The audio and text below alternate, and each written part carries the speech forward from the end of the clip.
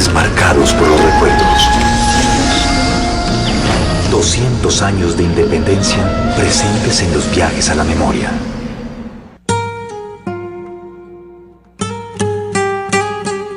Agualongo, un grito que nos llega con fuerza desde el pasado.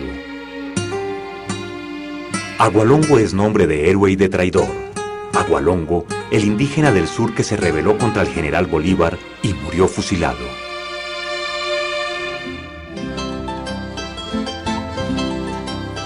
El sur de Colombia, territorio del actual departamento de Nariño, tuvo una gran población indígena durante los siglos anteriores a la independencia. Los indígenas fueron considerados vasallos del rey y se les tenía en España y en las élites criollas como pueblos ignorantes y miserables a los que había que civilizar a toda costa. El sometimiento cultural dio como primer resultado un sentimiento profundo de lealtad al rey, a quien veían como el representante de Dios en la tierra.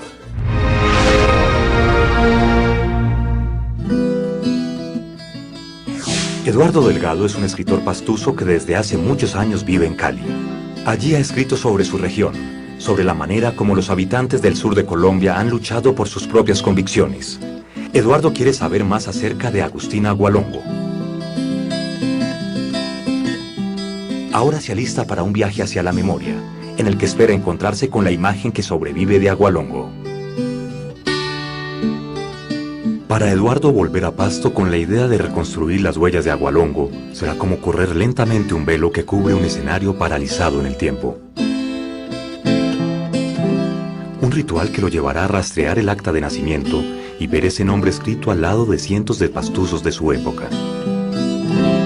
Visitará el vecindario donde vivió Agualongo en su niñez.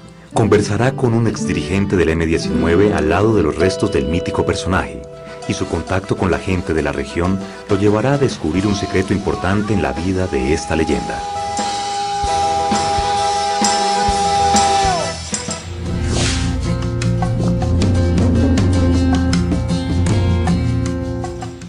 Gerardo Guerrero es un historiador de gran prestigio en la ciudad. Conoce profundamente el pasado de la región nariñense, y ahora Eduardo lo ha citado junto a la casa donde se dice que vivió Agualongo en su niñez. Esta calle y este lugar es muy importante en la historia de Pasto. Tú alcanzas a ver ese aviso que dice calle Ullahuanga. Este lugar y en alguna de estas casas tipo colonial parece que vivió la familia de Agualongo y de niño pues merodeaba por aquí y jugueteaba Agualongo. ¿Para ti quién era Agualongo? Bueno, Agualongo es un personaje muy importante. Importante porque se vincula desde muy joven al ejército español, como se denominaba el ejército que defendió los derechos del rey, de la madre patria y de la religión católica. Desde ese momento, Agualongo se vincula en el ejército hasta 1824, obteniendo un título, el más grande título militar que los ejércitos españoles entregaban, brigadier general de los ejércitos del rey. En esa época el pueblo pastuso y el mismo Agualongo eran reaccionarios. ¿Qué piensas tú de eso? Pasto juró defender a España, a la religión y al rey. Está defendiendo Pasto su autonomía, sus costumbres, sus tradiciones, sus memorias, sus lenguajes, su manera de pensar, su cosmovisión. Y eso tenían que respetárselo. La geografía del sur está marcada por las altas montañas que dificultaban la llegada desde otros lugares del virreinato de la Nueva Granada. Por mucho tiempo, la ciudad de Pasto estuvo sometida al aislamiento de los principales acontecimientos. Los intentos independentistas de los criollos no tuvieron eco en los habitantes pastuzos, que siempre se alinearon del lado de las fuerzas del rey, pues consideraban que era la forma como mantenían su autonomía. No hubo en Pasto una acción política, una acción didáctica, un ejercicio diplomático de hacerles comprender cuáles eran las nuevas ideas que circundaban y se expandían por el mundo. ¿Por qué Pasto era tan importante para Bolívar, para el ejército patriota? Pasto era el paso obligado para Quito y para el sur. Por lo tanto, Bolívar, después de la batalla de Boyacá, quiere someter a Pasto para poder pasar libremente con sus ejércitos hacia el sur y poder contribuir a la independencia del Ecuador, del Perú y de Bolivia. Por eso es que Bolívar sí tiene un tratamiento duro contra los pastusos, porque Agualongo los levanta una y otra vez, 4 veces después de la batalla de Boyacá, por asumir unas posiciones de defender la religión, de defender unas costumbres. Estigmatizaron a este pueblo diciendo que ese era un pueblo estúpido, ¿sí? Así lo trataron. Y desde ese momento siempre esa historia construida desde el centro de poder y de saber nos han considerado como el pueblo que siempre está en contravía de lo trascendente, de lo importante que se ha suscitado en la historia del país. Un pueblo que es tratado con violencia, este pueblo reaccionó de la misma manera para defender el orden y la paz que tenían. Lidia Inés Muñoz es la presidenta de la Academia Nariñense de Historia y miembro correspondiente extranjera de la Academia Nacional de Historia de Ecuador. Habla de un episodio oscuro en la vida de los pastusos que reforzó su sentido de resistencia. Eso nos recuerda a los pastusos sobre lo de la Navidad Negra. ¿Se has escuchado algo hablar? Sí, eso fue como el 24 de diciembre. El 24 de diciembre de 1822. Sí. Imagínate que aquí se enfrentan tanto los patriotas bajo el comando de Sucre, el propio Sucre, y las fuerzas realistas. En estas fuerzas también está Agustín Agualongo. A raíz de eso hubo una mortandad en una calle que llaman el Colorado. Sí, es todo el sitio porque es como el punto de partida de lo que sería ese genocidio, prácticamente lo que producen las fuerzas patriotas, porque después de los combates y los enfrentamientos, al verse doblegados en fuerzas, los milicianos rebeldes, o sea, los realistas, ellos huyen. Algunas versiones dicen por eso, Eduardo, que esta calle que tú reconoces, hoy carrera, le llaman la calle del Colorado, pero por la sangre que se derramó en esos cruentos días. Cerca de 200 víctimas. No respetaron ancianos, no respetaron niños ni mujeres, que eran personal civil, indefenso, no estaba armado. Pero volviendo a Agualongo, ¿qué queda de documentación de este personaje importante, controvertido? Sí, partes de la tradición oral y la documentación es excelente. Y una que te quiero indicar, claro, a propósito, porque yo sé que te va a gustar y apunta hacia el tema que tú estás trabajando. Pues vamos para allá. Vamos.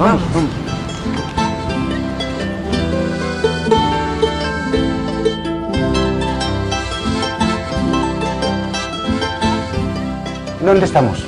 En el archivo de la iglesia parroquial de San Juan Bautista. Y es aquí donde te voy a indicar un documento que es un verdadero tesoro. Ni te imaginas lo que vamos a encontrar. Es nada menos que la partida de bautizo de Juan Agustín Agualongo. Extraordinario. Mira, Uy, qué Eduardo, bien, ¿qué te parece? Sigamos, pues vamos a ver Vamos a mirarlo. esa joya.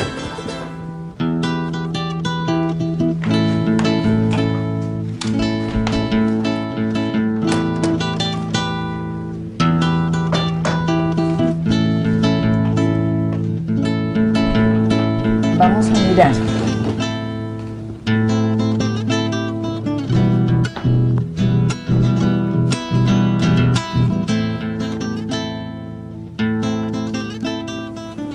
Mira, aquí dice, en 28 de agosto de 1780 bauticé, puse óleo y crisma. Agustín, de edad de 3 días, hijo legítimo de Manuel Criollo y Gregoria Cisneros, montañesa.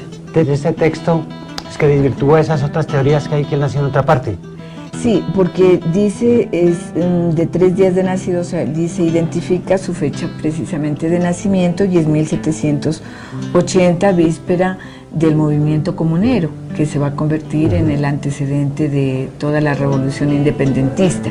Todo eso es muy interesante y muy curioso, que es como hasta simbólico la fecha de nacimiento de él, y se revalúan todas esas teorías, versiones o especulaciones sobre que nació en La Laguna, que nació en Genoy o en Anganoy. Claro, es importantísimo.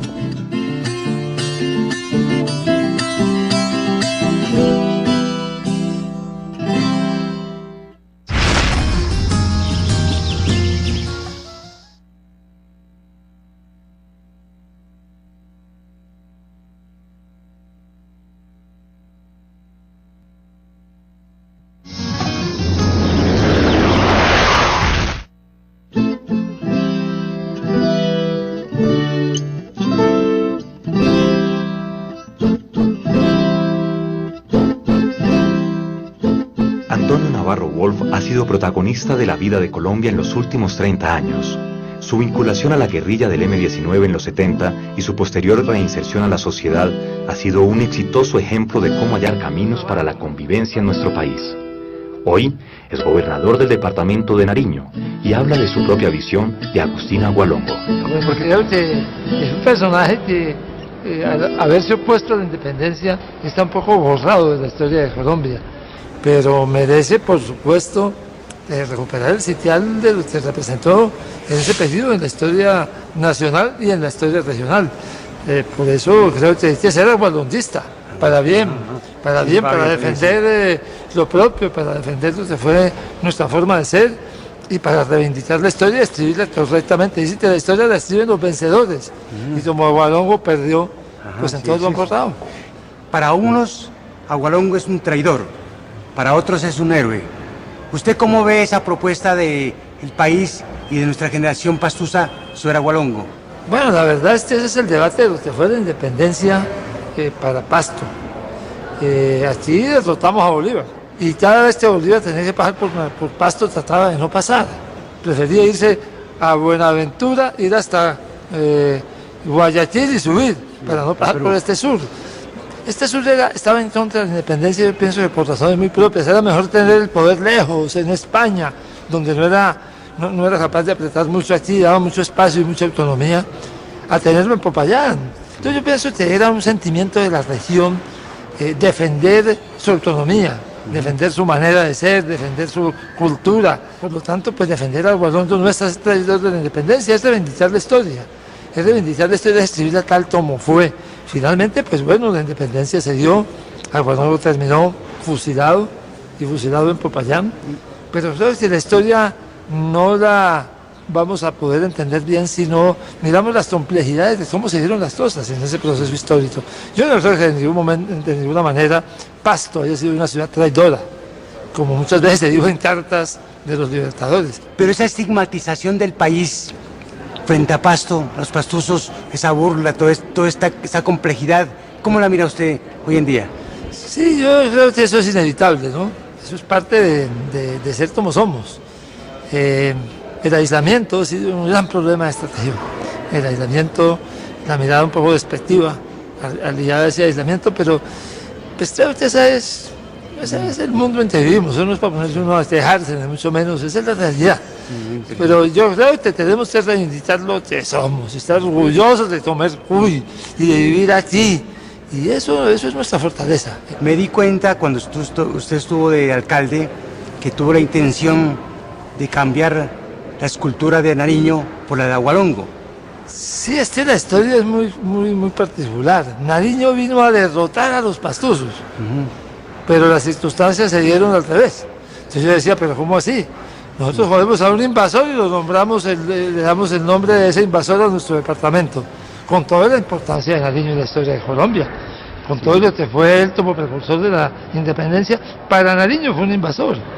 Entonces decía yo, ¿cómo vamos a tener a Nariño, el invasor, en el centro de la plaza, en el corazón de nuestra región? Pues pongamos ahí a Agustín Agualongo, que era el que fue el caudillo nuestro. Claro, eso es un debate y una pelotera tremenda, y al final pues no bajamos a Nariño de ahí. Yo me arrepiento de haberlo hecho, no crean.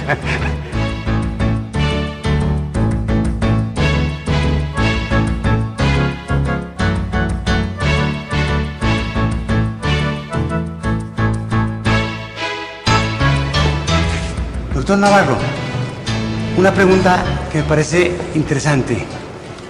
¿Por qué cuando usted era dirigente del M-19, ustedes se interesaron por los restos de Agustín Agualongo?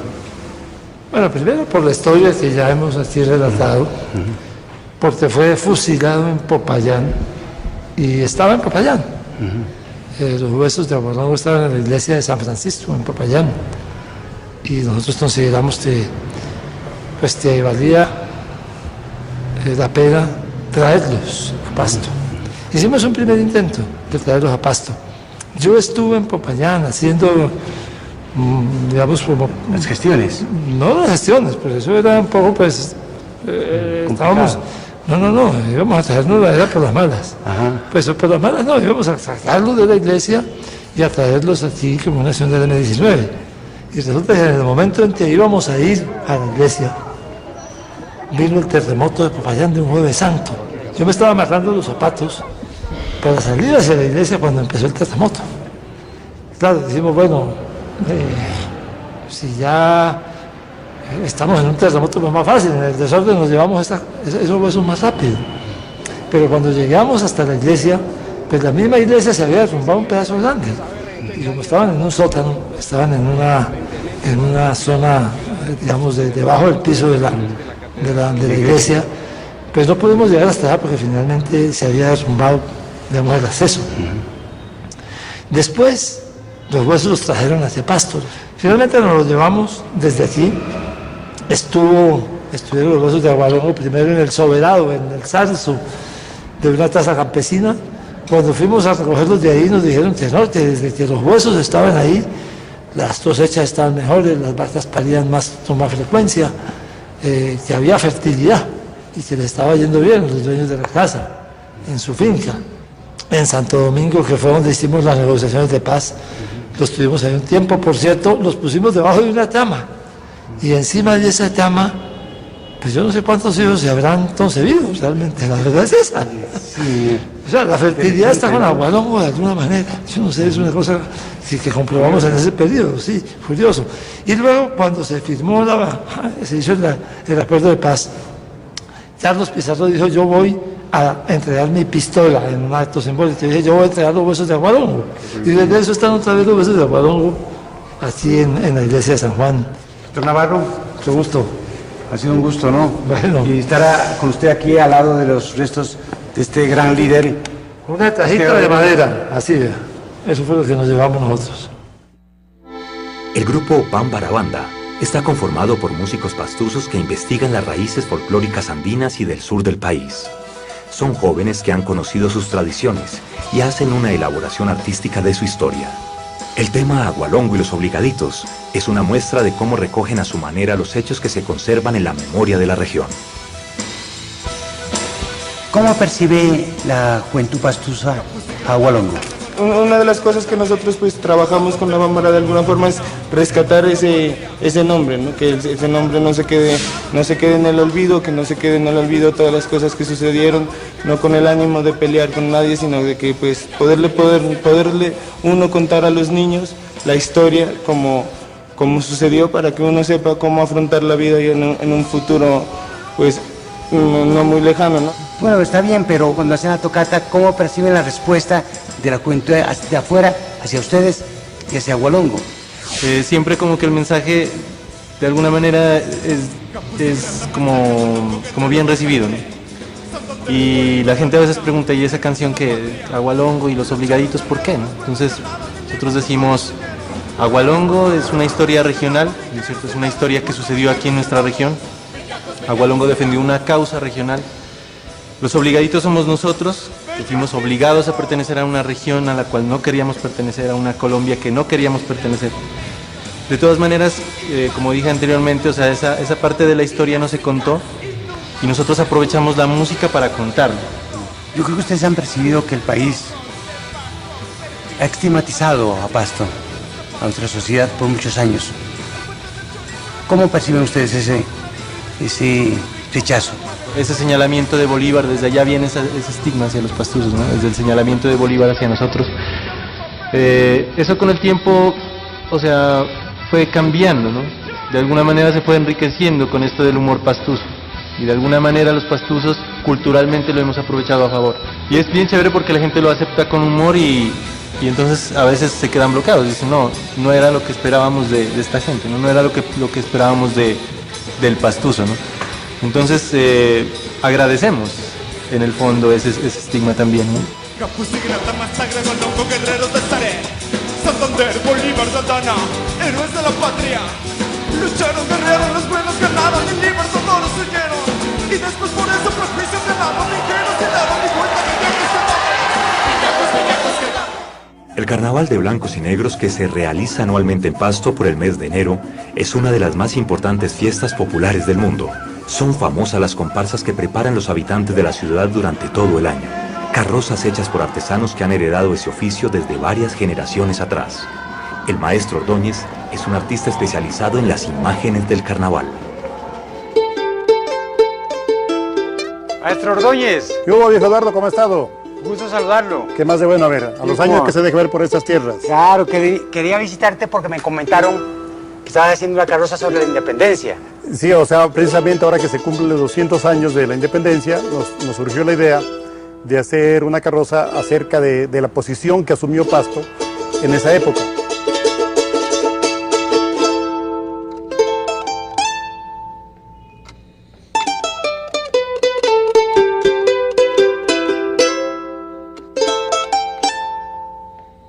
Mira, aquí están los leones, ¿no? Son 3 cabezas de león. En realidad es un león, pero con 3 cabezas. Este león representa la fuerza, el vigor, la energía, la bravura con que este pueblo luchó, inclusive en contra de Bolívar, tú sabes, pero no tanto en favor de España, sino porque este pueblo buscaba más que todo la autonomía. ¿Ya tienes Agualongo lo estoy haciendo aquí, mira. Este es el rostro que va a representar a Agualongo. La fisonomía de Agualongo, pues como tú sabes, se supone que es una fisonomía de un indígena o un campesino, ¿no? Una especie de mestizo, pero sobre todo más indígena, y lo estoy haciendo en un gesto de grito de guerra, sí, ¿no? Ya que él se levantó, digamos, precisamente en contra de Bolívar y de los ejércitos libertadores, porque en Pasto ellos cometieron una gran cantidad de crímenes, inclusive de guerra contra el pueblo pastuso, y él se levantó en defensa de ese honor y de ese pueblo pastuso. ¿Pero esa es la razón que han escogido a Agualongo como motivo? Porque pensamos que es un personaje que, a pesar de toda su importancia y de su valor, no ha sido olvidado casi por la historia oficial. Nos parece que es el momento de reivindicarlo, de entender sus razones, de ubicarse también en su contexto, en su época, para entender, digamos, cómo era el pensamiento de aquella época, ¿no? Entonces, nos parece que por eso esta carroza viene al lugar, ¿no? Porque precisamente está hablando de la época de la independencia, ahora que se cumplen los 200 años de ese hecho.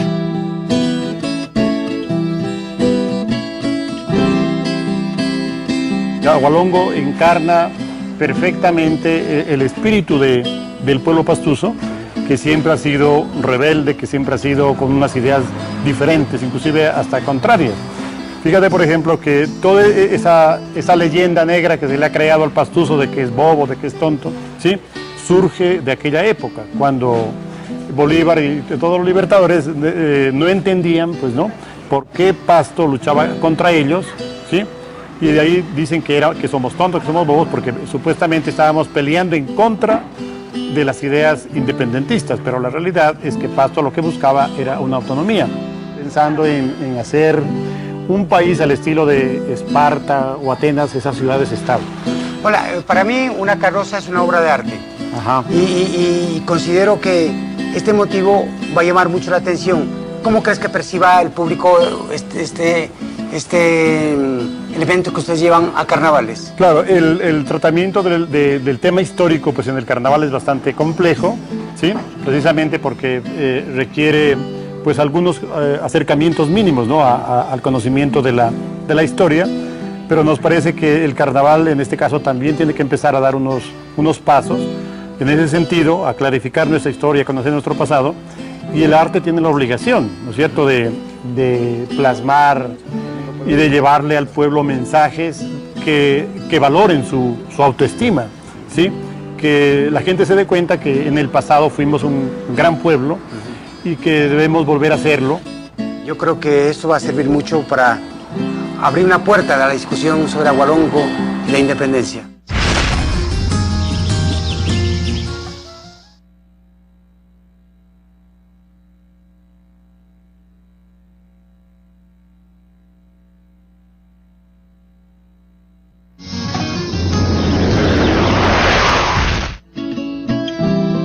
En el convento de las Hermanas Conceptas ocurrió un episodio crucial en la vida de Agualongo, que habla de lo que significaba este personaje en aquella época. La hermana Beatriz le abre las puertas a Eduardo, que está a punto de encontrar algo que secretamente había estado esperando durante este viaje a la memoria de Pasto. Hermana Beatriz, buenos días. Mucho gusto, Eduardo. Bienvenido. Buenos días. Gracias. ¿Cómo ha estado? Bien, gracias. Bien, ¿y ustedes? Venía listo para que charláramos sobre lo que había propuesto sobre Agustín Agualongo. Con mucho gusto, sí. En una documentación que encontré, me di cuenta que su comunidad cumplió un hecho muy importante cuando el ejército patriota estaba persiguiendo a Agualongo, que había perdido la batalla. Él, huyendo, viene y se refugia en el convento. ¿Qué de verdad hay en este episodio? Sí, él se refugió en el convento viéndose asediado, entonces como las monjas lo querían tanto, lo acogieron. Entonces los dos generales, Salón y Juan José Flores, pues iban a sitiaron el convento, pero el vicario de la ciudad, el sacerdote, no permitió pues que violaran la clausura del convento. Entonces, mientras hacían esos acuerdos de no violar la clausura, de no entrar de una forma tan brusca, mientras ellos hacían esos acuerdos, Agualongo se fue del convento, huyó y se fue a refugiar en las montañas. ¿A qué se debe ese apoyo tan vertical al ejército realista? Mire, hay que remontarnos al principio de la fundación del monasterio. Fue fundado por descendientes de españoles, de conquistadores. Por tanto, la fundadora Leonor de Orense era esposa del conquistador Hernando Álvarez Daza. Entonces uno viene, ahí antes en el monasterio solo recibían personas de la alta nobleza, todas hijas de conquistadores. Por tanto, pues viene que las monjas eran tan realistas desde el principio y todos los siglos fueron así, hasta ese siglo en el cual estamos hablando. El rey es representante de Dios en la tierra. Para ellos era así, defender la causa del rey era como defender la causa de Dios. Y era válido. Y era válido para ellos, y daban su vida, preferían dar su vida por honor, no claudicar contra esos principios. ¿Pero usted qué opinión tiene de Agualongo? Para mí es un héroe, porque él luchó por un ideal. Cuando uno lucha por un ideal y lo lleva a cabo, pues llega al heroísmo, ¿no? Entonces, para mí, un héroe personalmente. Él fue aguerrido, valiente, entregó su vida por una causa, pues es un héroe. Muy bien, sí, muy bien. De que Agualongo era reconocido como un buen pintor antes de tomar las armas, que cambió las armas por el pincel. Sí. Y me dicen que ustedes tienen una obra de este maestro. Sí, hay una tradición que dice que, pues aquí tenemos la obra, se llama La Huida de Egipto. Tiene muchas características. Está muy deteriorado el cuadro, pero es atribuido a Agualongo. ¿Será que lo podemos ver? Claro, pues me parece importante que lo conozcan para que vean cómo era este caudillo. No, me parece. claro, me parece importante que vamos. Entonces, ¿vamos? Eduardo, vamos, puedes Gracias, seguir acá. amable, ¿no? Con mucho gusto.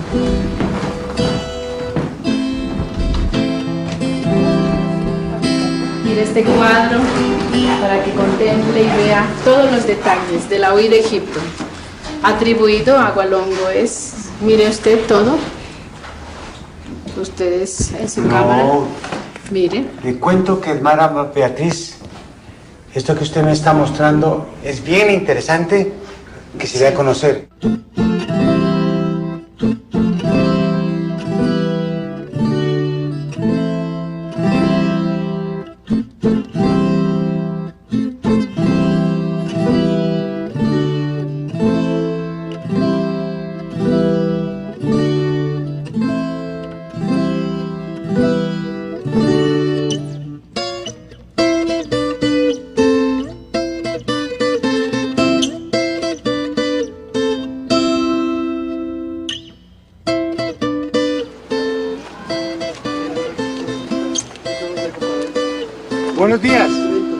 días. Buenos días, a las órdenes. ¿Algo este es el colegio Agustín Agualongo? Sí, señor, ¿qué se le ofrece? Con la profesora Marcela. Sí, con mucho gusto, siga. Gracias. Siga, por acá. ¿Tú partes? Hacia abajo, a la izquierda. Cero B.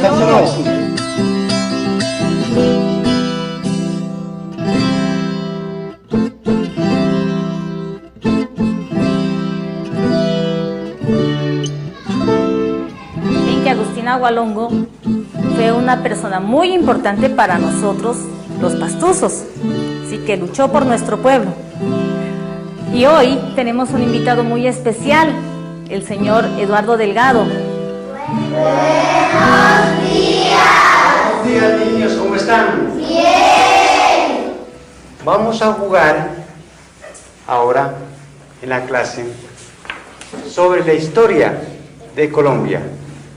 Y voy a hacerles una pequeña pregunta. ¿Quién sabe quién es Agustín Agualongo? Que alce la mano el que sepa quién es Agustín Agualongo. Jason, ¿quién era Agustín Agualongo? El que luchó contra Bolívar. Él era como un héroe como nosotros porque él nos ayudó y murió por nosotros. ¿Qué es un cuento? Es contar una historia con la imaginación. Entonces vamos a contar, a imaginarnos a Agualongo y vamos a escribir una pequeña historia. 4 renglones o más. Y en la parte de abajo de la hoja hacen un pequeño dibujo, de acuerdo a como ustedes lo ven a Agualongo.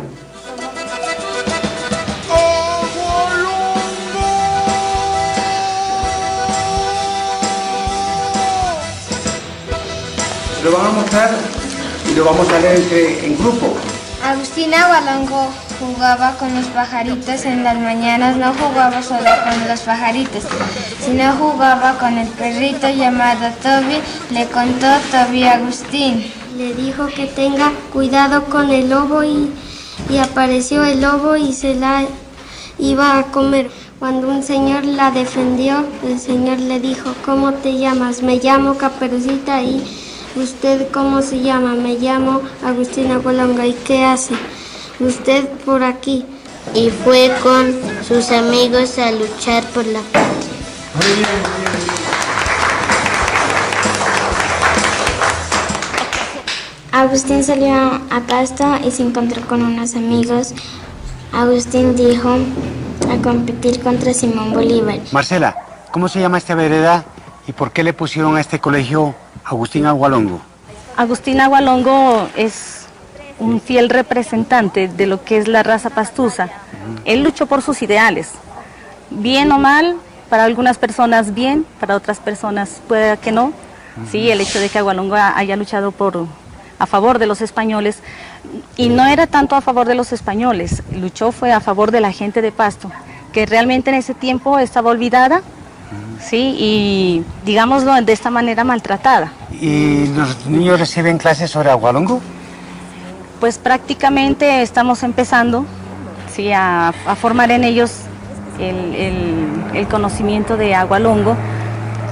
Por esa misma razón, el hecho de que el colegio se llame Agustín Agualongo, ellos deben conocer quién es Agustín Agualongo. Sí, cuando las personas de aquí desean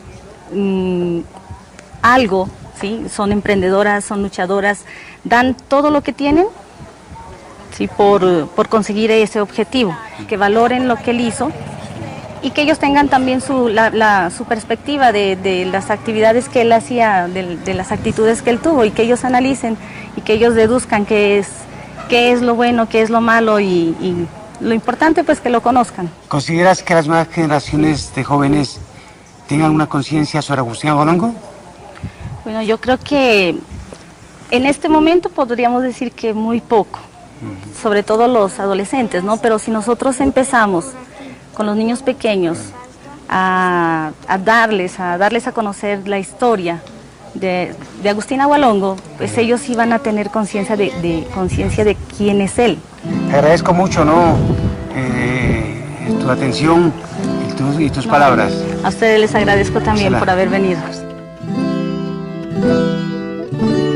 La imagen de Agualongo es imborrable para esta región de montañas intrincadas, de geografía difícil, rica en hechos históricos que definieron el curso de la vida de nuestra nación. Al igual que Agustín Agualongo, los habitantes del sur del país han luchado a través de los años por defender su derecho a pensar por sí mismos, y siempre se mantuvieron firmes en sus convicciones, a pesar de que debieron nadar contra la corriente en momentos fundamentales de su historia. Ahora Eduardo no tiene dudas sobre la importancia y el valor de Agualongo para su región. A pesar de que su muerte ocurrió hace 2 siglos, parece que siguiera vivo. Los pastusos lo recuerdan como un mártir que murió defendiendo las decisiones de su pueblo. Enfrentó la muerte con dignidad, sin vendas en los ojos, con el uniforme de brigadier general del ejército del rey.